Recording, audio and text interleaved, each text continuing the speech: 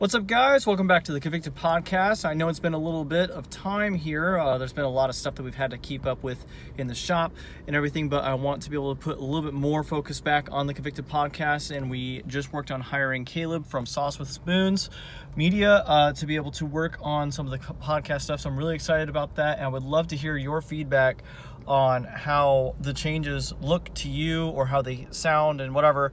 But anyways, we've got a lot of cool interviews coming up, and I have some on the back burner that we didn't get to push through yet, so we've got a lot more content coming your way. So without further ado, we got one right now.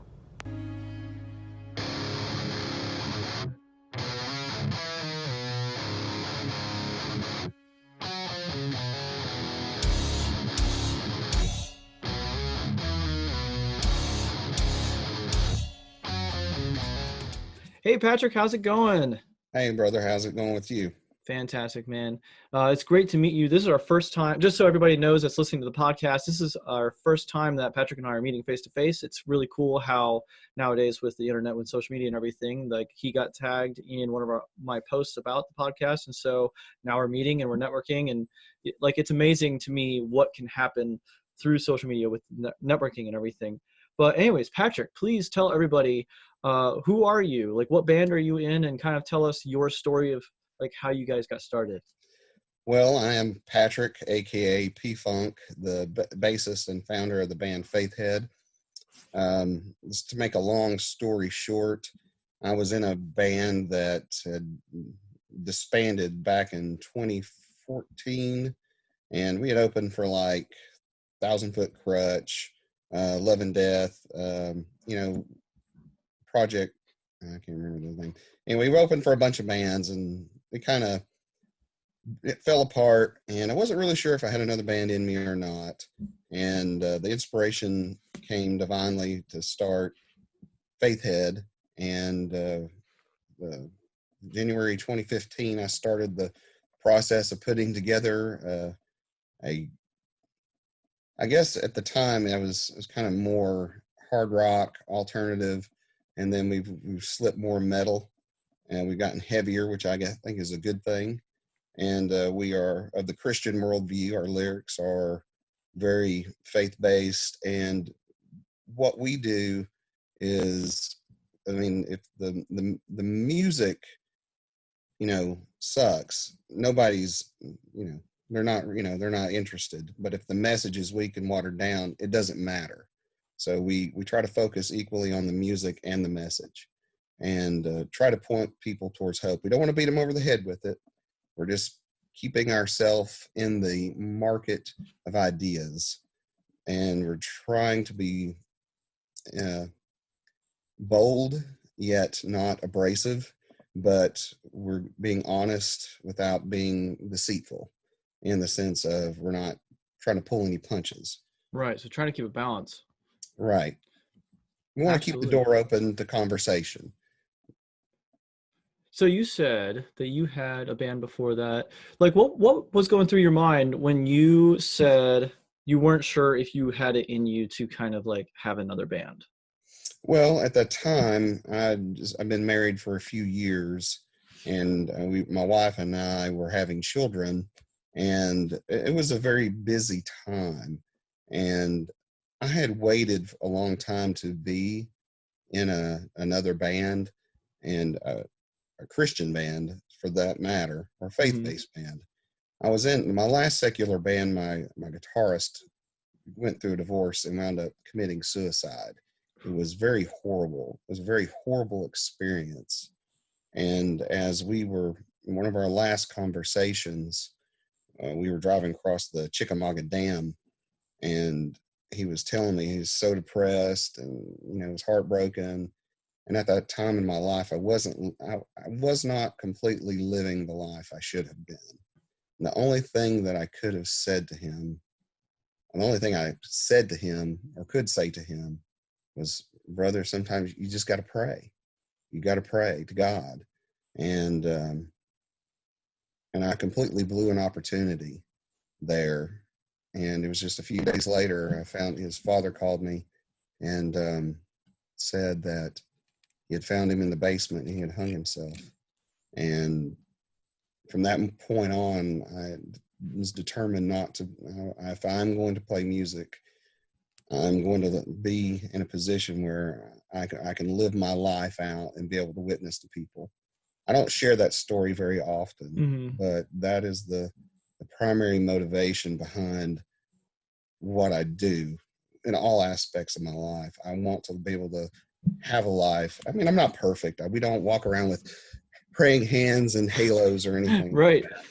That's not real. And anybody or any Christian artist that says, that acts that way, it's wrong. We all everybody in the band has issues, and we try to minister and love on one another. But and none of us are perfect, but we serve a perfect God. We serve a perfect Savior, and I want to be in a position with my life to be able to share that. I got you. So it sounds like you really want to live out your own convictions, basically, if I'm Yes. hearing you correctly. And I'm guessing that that's probably something that you guys all discussed in the band together to do. So it was kind of like a united thing. Well, and the initial idea was is I wanted to play with musicians that I liked, that I can write music with, that glorify God and have fun. Mm-hmm. And that's all it was supposed to be. Me getting with a group of guys that I liked, that I got along with, that I enjoyed, writing music, with a message. But it was heavy, it was heavy stuff. It wasn't praise and worship. It was going to be stuff about real things. And that was all it was supposed to be. But when we put out a song, we put out Going to the Mountain. And it first got picked up in England, and then Germany, and then it finally, caught on in the States. And then they were like, we need another song. I'm like, okay. So we wrote another song. We need another song. I'm like, I just gave you 2 songs. So we kind of were like, this could be bigger than what we anticipated. God is doing something here that, I mean, we're nobodies. I mean, we're from, the middle of nowhere, Chattanooga, North Georgia. But these radio stations were wanting more music, and Mm-hmm. they wanted us to up the quality. So at the time, we were recording tracks in the rehearsal space. I was cleaning it up in my home studio, and at the time, I was sending it down to our singers at the time, and he was mixing and mastering it, and it's just what we needed to take it to the next level. So we wound up going to Nashville and recording our first album. So it was never meant to be a big thing. It was never So meant I have a to. question for you based on what you just said, with feeling like you need to take that music quality up a notch, basically. So, because I have like a wide audience of different types of backgrounds and everything, when someone feels like they need to take it to the next level to be able to get their quality up higher, because maybe because it's great to start in-house, you know, if you're learning mixing and mastering, guys, if you guys are listening, like if you have someone in your band that's learning the mixing and mastering, keep pushing them towards it. Don't discard them just because maybe they're not good at it now. No one starts with it good. No one's good when they start. Like, you got to suck first to be able to get better. But let your bandmate, if they're doing that, help you do the scratch tracks for now, record, and keep moving forward. But anyways, Patrick, so when you guys had to take it to that next level, how did you guys decide who to go with to be able to move that music quality up? Well, fortunately, as I tell everybody that we share a stage with, we're not competing with anybody. We're trying to do our best. I'm very supportive of other bands, and there's a band in Nashville called Oblivion Myth, who still friends with those guys, and they referred me to Curtis at Audiotopia in Nashville, who was very reasonably priced. He had the time, and we had a little bit of money, so that's who we went with. And Curtis and I, we talked initially, about, because I wanted my bass. I know it sounds selfish because I'm the bass player, but I said, Curtis, I never had the bass tone that I've wanted on an album. I gave him like 3 examples, And I said, you've got 2 weeks, get it dialed in, and we'll figure out the rest when we get there. And he did. He got it all knocked. We bashed it out in about 5 weekends. And that was the first album. And it actually landed, I forget where, Metal Pulse Radio, it landed in the top 10 because it came out a Christmas Day that year in 2016. Really? And they said it would have been in the top 5 if we'd have had it sooner. Like, great. So thanks for letting me know. Yeah, thanks for letting me know there. But sometimes you can't control that stuff, though. No, sometimes you got to put it out when you got it, and then plan as much as you can. But things are gonna happen. You win some, you lose some. It went very far. It got for indie music, it got a lot of recognition, and I'm very proud of it. And even though at the time our tone was not developed as it is today, and actually, and this is going to be some news to some people, we've actually gone back and we've been re-recording 6 of the songs off our original album. Since we kind of have our tone now, we got our live. We've been trying, even with the last album, we've been trying to capture our live tone, which everybody loves our live tone, but we've not been successful in capturing it on an album. And we're recording 6 of our old songs to see if we can get it dialed in for the next full-length album. So are you taking those 6 songs and adding some more with it then? No, it'll be an EP. Okay, so you're making a separate EP? Yeah, it's going to be an EP of just re-releasing those songs because they've evolved. They've evolved over the last 3 years, and it's if you bought the original album, which is great, and you listen to us today, it's just not the same. And I've been hesitant to do it because I didn't want the guys who were on that album that are no longer in the band. I didn't want to be a slight to them.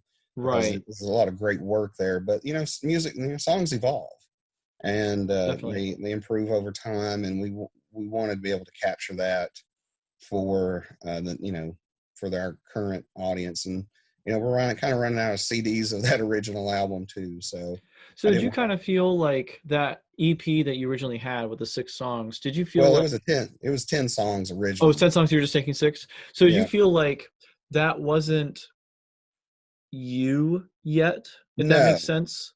No, it was not us yet. And I have to give credit where credit is due. Our guitarist, Donnie Rains, he is one of those people that is very particular about tone. And this is one of those areas where I trust him implicitly. I have no doubts. He has got us dialed in. He's got the guitar tones. He's even got my bass tone further along than the original album. So I bet you're happy. So I'm very happy about that. But Donnie is one of those people that will sit there and he will get it dialed in right where it needs to be. And, sometimes it's like, okay, pull it back a little bit. But 99% of the time, I trust him without a doubt. And he's really got us dialed in now. And we want that tone. We want that tone on an album.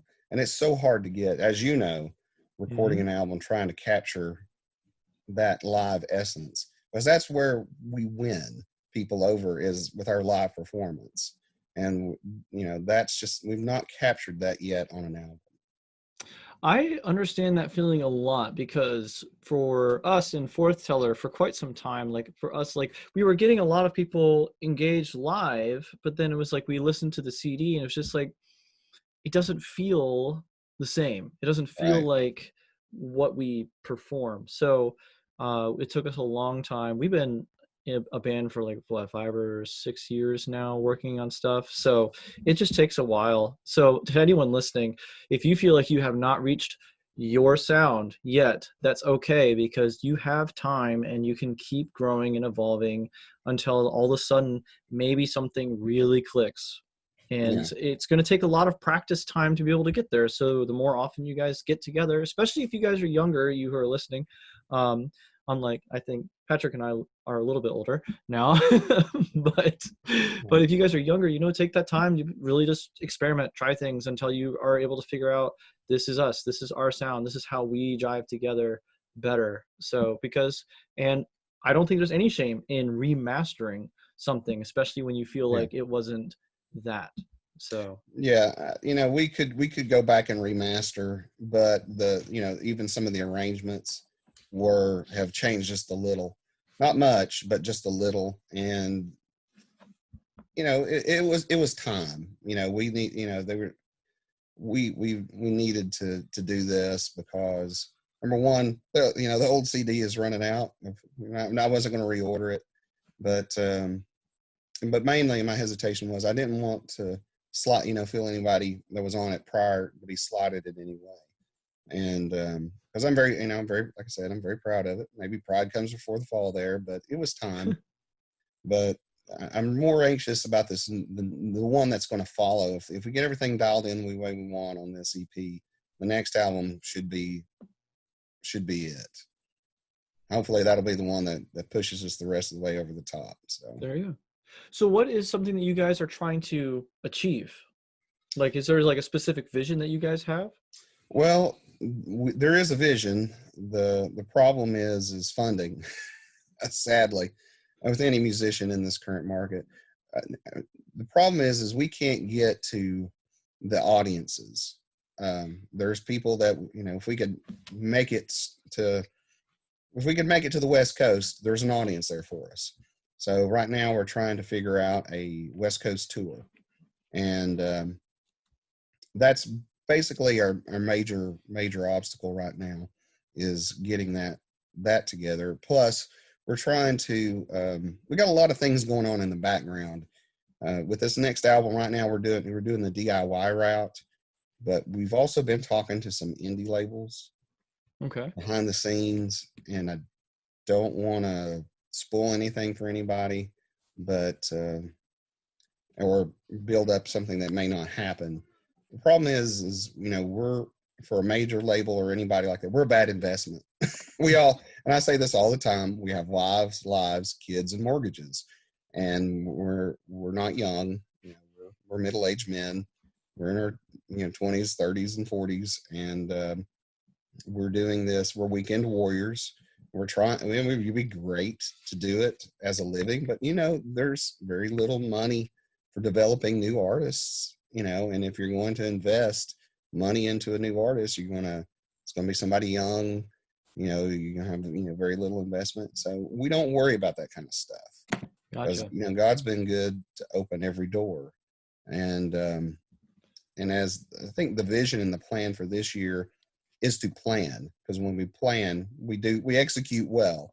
And for the last couple of years, we've kind of just been reacting as opportunities presented themselves. And that's important to note on, if you don't mind me interrupting real quick. Go ahead. So for everyone listening again, like, if you have not tried to plan something out with your band and your bandmates, like what are your goals as a band? Talk about it together. Well, I'm saying for them to discuss. Okay. Like, what are your goals as a band? Talk about it together. Make a plan. Like, how do we want to actually achieve that? What is a realistic next goal for us? Do we want to start creating a certain amount of content? Do we want to actually have a 3-song EP, 5-song EP, something to get started? Maybe you've already gone a little bit. Maybe you need to start touring or something, like whatever you want to start achieving. Because if you want to go on tours, then go on tours. Like, take the steps necessary. It's going to take a lot of work to start, because DIY, as I'm sure Patrick here would agree with me, DIY tours can be hard at first. They really can be, because you're building all the contacts up. Yeah. You said that you were going to be doing a DIY. Actually, how did you build those contacts for everybody that's listening? Well, we did a lot of that through social media. It's really just getting down and dirty and getting to know people. It's an investment in time. A lot of it was through our radio contacts. And this is one of the reasons why I know God is in a lot of what we're doing, is because we're an independent band. And we're getting played on FM radio, which is unheard of. Really? And I was at this thing in Nashville, and this guy's like, if you're an independent artist, you will never get played on FM radio. And I kind of wanted to stand up and say, see, there's where you're wrong. As I can tell you right now, we're on at least 4 FM stations in the UK alone. You know, we're on a handful in the US, and you know, tons of internet radio stations. You know, our music's making into 74 countries. Yeah. So if you have if you have content, if you have music that is worth, you know, the listen, you know, if you got a good product, I hate to say it that way, but if you got a good product, you know, people will buy it. And the key in this industry, it is a lot of relationships. Also, the other problem is it's also a lot of smoke and mirrors. And that's the one thing I don't really like. I'm not a mince my words type person. I'm very uncharacteristically for this industry. I'm very blunt, and you know, and when you know, like an independent label comes to us, I give them the line: we all got lives, kids, and mortgages. I don't think we're, you know, unless you got major money investment, I don't think you were going to be a good fit. And I usually, I was like an old Jewish rabbi told me, my job is to turn people off, you know, to see if they're really interested.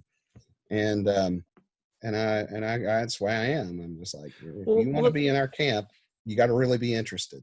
Right. Well, what's good about that is because you are being honest in your position where you are. So, because everyone has to be honest where they are. Like, hey, are you guys tour ready? Do you have a van? You don't have a van? Don't say you're tour ready at that moment. Just say like, we've been like, if you have been, say we've been saving. We're working on getting a van. That's where we're at right now. We got the gear. We're ready to go. Like whatever it is for you guys who are listening. But like that, I think that's important to be able to say, this is where we are. This is where we're trying to go. This is how we think we're trying to get there. If you are interested and want to partner up, cool, let's do that type of thing. So I think that's important. But you know, but as far as putting a tour together, it's networking. Networking is key. You know, when we put our kind of our Midwest tour together, I mean, it was a lot of hours of work. Fortunately, we had some great supporters, 2 of which were radio stations that kind of got us hooked up. So, and it's, you know, as you and I were talking off interview, you want to have mutually beneficial relationships, and you got to have those, especially in this industry. Mm-hmm. And you know, like I said, I don't compete with any other bands. We're up there to do the best Faithhead show that there is. If you're sharing a stage with us, we're rooting you on. And a lot of times we're roadieing in the back. It's like, hey, do you need anything? You got a guitar swap, or you know, you want us to hand you something? We're all about. We're all in it together. As I tell them all, they're probably sick of me hearing this, you know, me saying this, and tired of hearing it from me when we do shows with people. But it's the truth. I don't like the idea of competition in the sense of I didn't buy, you know, just because I like the new Metallica album didn't stop me from buying the Megadeth, you know. Actually, I've never understood the competitive side of music. Like music is like your own expression, and if someone likes it, they're gonna like it. If they don't prefer what you have, they're gonna prefer something else. That's like like when people are trying to do it to get everybody or whatever, it's like that doesn't seem like it's really the passion that you're doing. So I don't know. And I love what you're saying about like when you are sharing the stage with someone. I cannot tell you how many opportunities that might open. I can't guarantee, but might open for you when you are just willing to help the next band. You get your gear off and out of the way. You're trying to be as considerate as possible, as fast as possible, and you help them get theirs on if they want it. Because some people are touchy about their gear, and that's fine. It's up to them. But like, hey, could I give you a hand? And you'd be surprised how much you can see that in the music community with one another exchanging on and off the stage. So if you have never played a show and you're listening to this, please, by all means, make sure you get your stuff on the stage as fast as possible, off the stage as fast as possible, and you're helping one another with that like exchange whenever you're doing your set. Yeah, I hate to say this, but there are a couple of bands that, you know, we've tried to help get gigs and have not had that same mentality, and we probably won't be helping them get gigs again. and It's there's unfortunate. always a benefit to being the nice guy. It may not pay off for you all the time, and but always taking the high road, being the gentleman, being the nice person. It's always a good thing. I absolutely agree. So there's something that we mentioned off air that I would love to be able to actually dive into that you Sure. said was one of the most impactful things for you in a band, and that was you mentioned something about a wreck. Would you mind sharing that story and like how you guys like what happened and how did you guys overcome? Well, it was the first day of our Midwest tour back in July, and I just bought a brand new trailer as a 16-foot trailer. It was 6 days old, and we had loaded it up, and we were driving down to Hartsville, Alabama, to pick up our second guitarist, Brian Montgomery, to play a show in Memphis that night. And we got through Huntsville, Alabama, and we were headed down the interstate to Hartsville, and noticed something was kind of wobbly. So we pulled over. Something wasn't right. We pulled over. Everybody got out, checked the tires. Okay.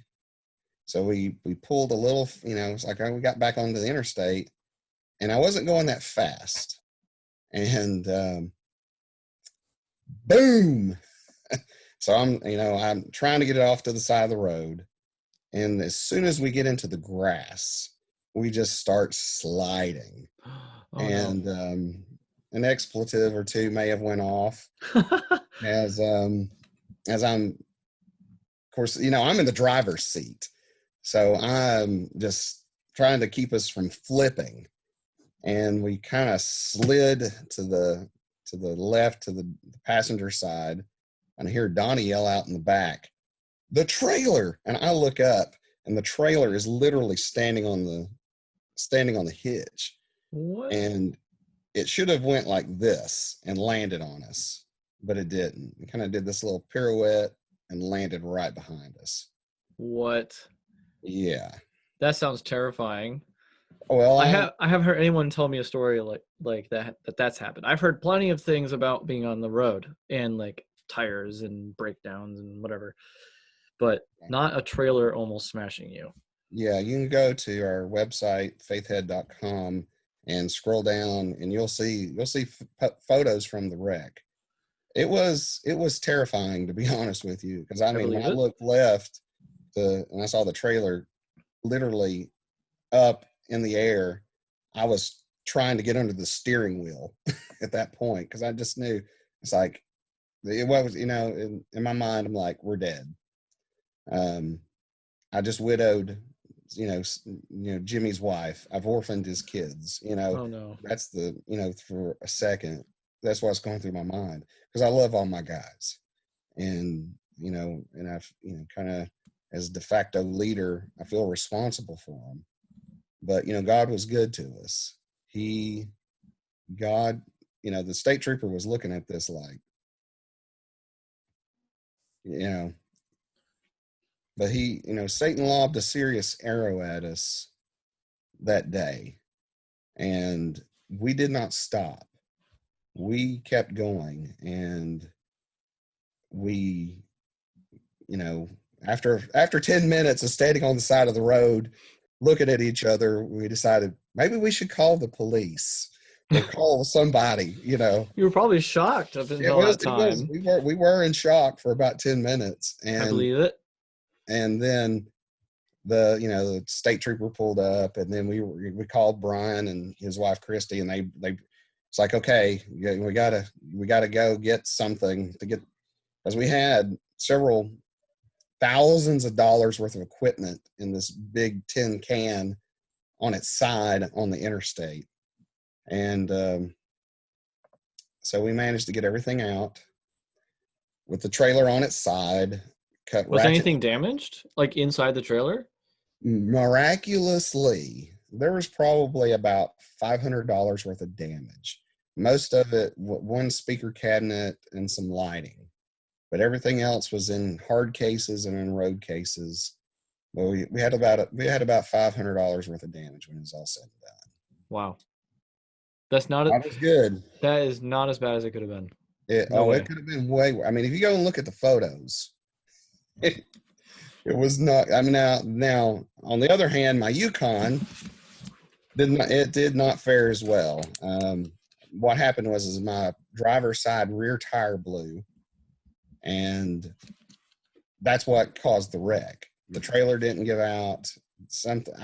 From what I gather, I may have just picked up a nail or something, and there was just too much weight bearing down on it, and it's what caused it. Well, I mean, we'll never know. I won't know until I go to heaven and say, Lord, please tell me what happened here and why I had to go through all that.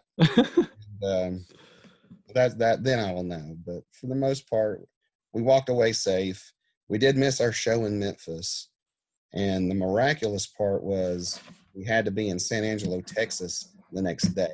Ooh, that's a drive. Yes. And we managed to find a U-Haul rental place late. Brian knew someone, and she managed to get us a 20-foot trailer. And none of the guitars were broken. All the amps worked. We had a couple of powered speakers that were a little noisy and have been since repaired, but you were able to keep going. We kept going. Kept trucking on. We did. We made it through Dallas, Texas. Rush hour, 5 o'clock, rush hour traffic. It was like God parted the Red Sea for us. We never stopped. We slowed down quite a bit, but we never came to a complete stop for more than just a few seconds. And we made it to our show. And actually, if we had not made it to that show, because that show was going to be aired on the radio across Texas. Oh, wow. And it's actually, the show is actually on YouTube, KNG. Anyways, but that show was so important because a lot of our funding for that tour was going to be from that show. So we had to in order to make the tour work, we had to make that show. Understandable. We had like maybe 4 hours sleep at a hotel that we weren't expecting to have to pay for that night. And but it taught us one thing, and that it's going to be very hard to stop us. And the funny part is after the wreck, we got a lot of people's attention. Press places that would never really give us the time of day was posting. Festivals, that we've not been able to get into was sharing, our Facebook post on the wreck and the videos. And it's like, man, if I'd have known this is what it was take to get their attention, I would have wrecked this a long time ago. But don't tell my wife I said that. But the long and the short is we kept going. And shortly thereafter, I was talking to a guy with an independent label, and and we had been chatting prior, but the first question out of his mouth was, "Tell me about the wreck." And then the next first question out of their mouth was, "Tell me about the wreck." I believe it. And I'm like, okay, so this is what they're looking at. If we can do it. Tell you what, if you don't mind, don't wreck yourself for your musical. No. I would never encourage someone to do that. If you don't mind, I'll grab those pictures from you and Please use it for the podcast and be like, "Tell me about the wreck," and then have it posted for that. Well, I know, and just being perfectly honest with you, I mean, Donnie's wife, Angel, really saved us there too, because the minute we had the wreck, she's like, "What do I need to do?" And he's like, "You need to get in my truck, start driving this way, because one of two things is going to happen. We're either going to head home, we're going to head on down the road, or we're going to need something to head home with." But once it was decided that we had what we needed to keep moving forward, we did. We kept moving forward. So Angel was, having a supportive wife is a great thing. Of course, yes. It was one of those deals where we're kind of like, do we just need to? If we'd have went home, I don't think people would have blamed us. But we decided to keep moving forward because the mission and the ministry was more important than stuff. And you had the ability. We So you might did. as well. And you had the support too. So that's good. Well, I think we're going to end it here. I really enjoyed this conversation that we had together, Patrick. It was great meeting you. It sounds like you've been through quite a bit with that last bit, especially. So I'm really excited to be able to share this with everyone, and I really hope that they get to add a lot of value. So, where can people find your music and everything? Like, what are your handles to be able to look at everything? We are at, anywhere social media at Faithhead Band, um, Twitter, Facebook, YouTube, Instagram at Faithhead Band. You can go to our website, faithhead.com. Really, the biggest thing that you can do for us right now is pray. Right now, we are in a transition. We are, our singer had to bow out due to family obligations, which was understandable. We kind of saw it coming. And we got auditions starting next week. We got some guys that are interested in it, and we just want to be in unity in the decision, Absolutely. because this voice is basically going to be on the next two albums. That's important. Yeah, the new EP where we're kind of redoing some of the old songs plus the new album. And kudos to Jimmy. Jimmy put in, 2 very long years, thousands of miles, and we probably wouldn't be as far along as we are without him. And even though we hate to see him go, he did a lot, and I try to give him props wherever I can. He's a very talented young man, but he's got the demands of a young family, and I certainly understand that. Absolutely. I'm glad that you guys are supportive in that. Well, Brian, I appreciate you having Absolutely. me on and sharing us with your audience. And I want to thank your audience for taking the time to listen. And hopefully, this is not the last conversation. We're going to have some stuff to talk about here in a couple of months. And I'm looking forward to getting to know more about the Convictions podcast. Absolutely. We'll stay in contact for sure. All right. I appreciate it, Ryan. All right. Thank you so much, Patrick. Have a good night. You too.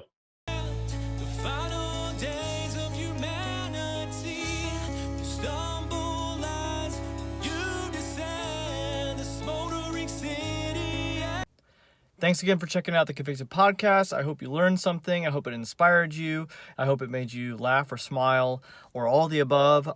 Again, if you have any feedback that you can give us or any thoughts that you have about this or any questions or anything, please comment or write a review. Let us know. Message us. Anything with Convicted Printing. And be sure to follow the podcast. That way you get notified whenever there's a new one that comes out, because we're going to start doing a few more recently and more frequently rather. And thanks again. And I really hope you have a great day. We'll see you next time.